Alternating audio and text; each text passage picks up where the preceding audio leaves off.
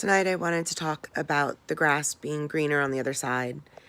It's a phrase that a lot of people use to basically explain why they may leave a relationship. You hear things like, love shouldn't be this hard. And in some cases, that is incredibly true. In a lot of cases, it is not true. Love is very hard. It is hard to enter another person into your life, into your world, into your being, and make it fit 100%. It is not this easy fit where you should seamlessly mesh together the way that some people assume it should be. Real life kicks in, you have bills to pay and hardships, trials, tribulations, all of these things that you will face in a relationship that should make you appreciate each other more for being able to overcome whatever hurdle you have in front of you, or once it's over with, what hurdles have been behind you. A lot of people look at other people's relationship and they see all the wonderful things. Not everybody tells you what happens behind closed doors. Not everybody tells you all of the horrible, terrible things that they may say in the heat of an argument, what the other person has done if there's infidelity or addiction. Not everybody tells you the whole story. The only person you should care about is the person you're in the relationship with. The grass is greener on the other side because someone else is fertilizing their grass. They're watering it. They're taking care of it. They may mow the lawn, whatever it takes to make it that rich, wonderful green that it is. Jumping ship and going into someone else's yard with their greener grass, if you don't bring the water and the fertilizer and mow the lawn and take care of it, the grass is still going to die. Doesn't matter what yard you're in, it is how you are going to take care of that yard.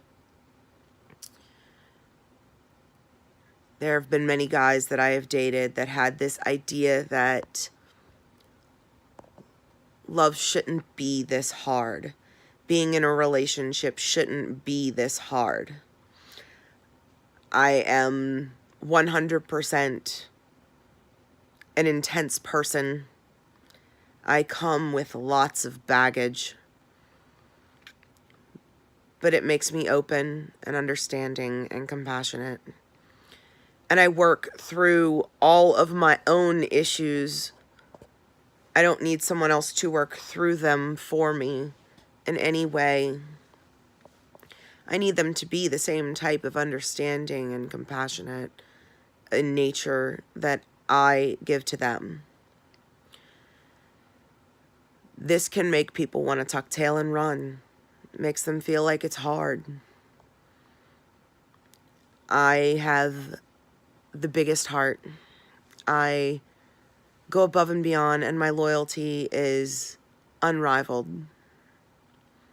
I am that bright, shining star that can burn people if they get too close. But I'm not looking for someone to hold me up. I'm looking for someone to be their own bright, shining star right next to me and shine just as bright and be proud of my shine the way that I would be proud of theirs. We discussed that in one of the other videos. But the grass being greener is just, to me, if you don't water your grass, fertilize your grass, put what you can in your grass, and you abandon it, it will be dead.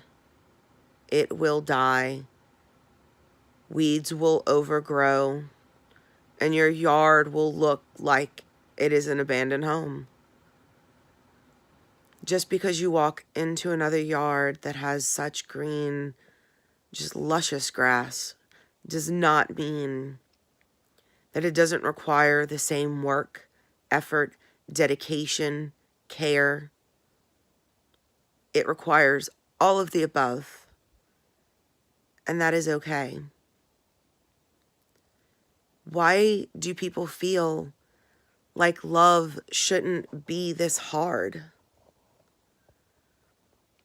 Love is worth it. Love conquers it all to come home to someone who you know is going to have your back, whether they like your decision or not. They are going to be there to care for you when no one else has that role. Anything worth having is usually not acquired easily. Anything you value has endured so much to have that value. Being such an emotional creature, I usually feel those things well ahead of time. I notice when the grass isn't watered, when the bullshit thrown on top is not fertilizing anything, it's just suffocating the grass. Two people in a relationship that want to make it work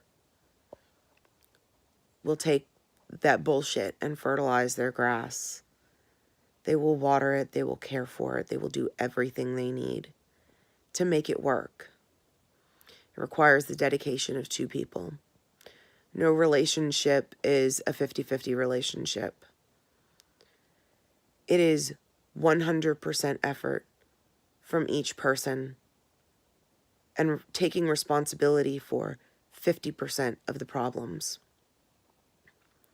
My good friend Nick actually told me that the other day, and I thought it was very appropriate to this video that I wanted to do. There are lots of things that are out of your control. There are lots of things people can't get over. There are lots of things that will come in and bulldoze your grass, tear up the yard, put ruts in it. Doesn't mean it can't be fixed. It requires the dedication and effort of both parties to make that work. But don't think for 1 second that love should be easy. Love is not easy. Taking on the role of having a life partner that will change and grow and may not always grow at your pace is not easy.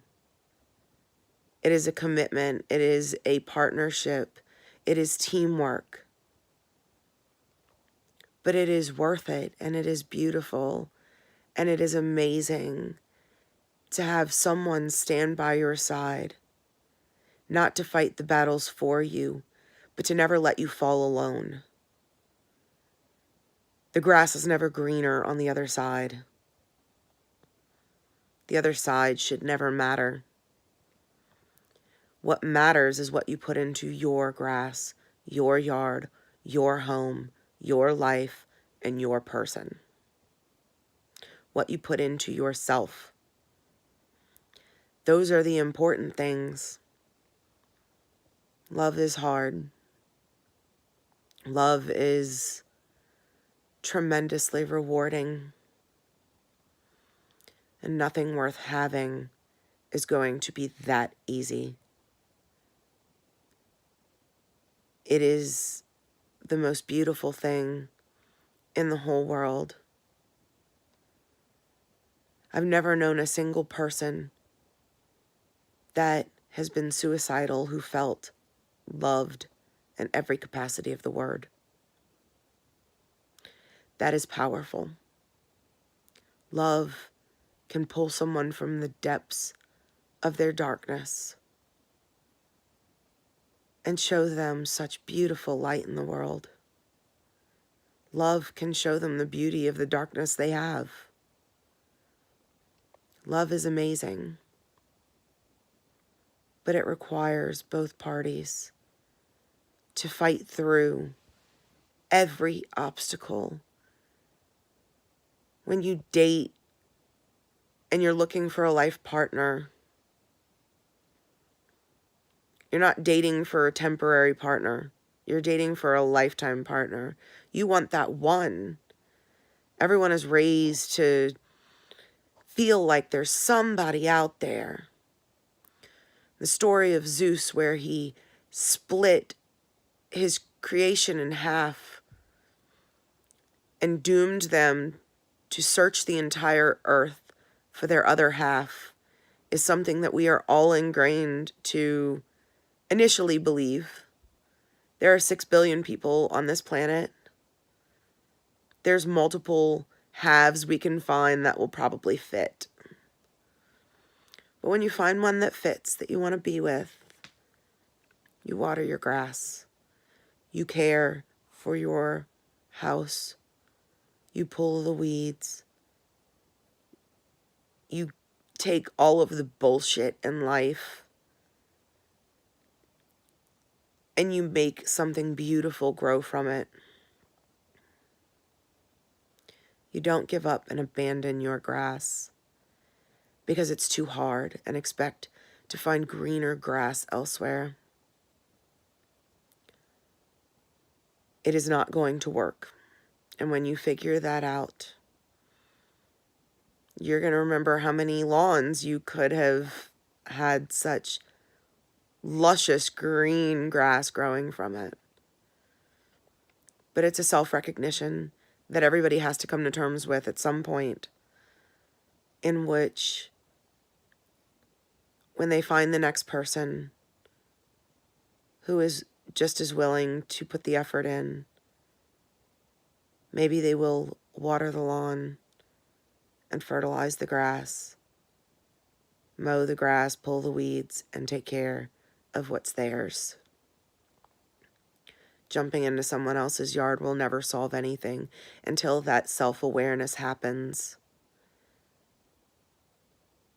So remember, there are lots of things that are deal breakers, yes. If you can't deal with infidelity and your partner has cheated on you, it is purely acceptable to discard the lawn. It is. If you can't trust, if the person hurts you physically, emotional, whatever type of abuse, if you're dealing with a narcissist, it's okay to abandon the lawn.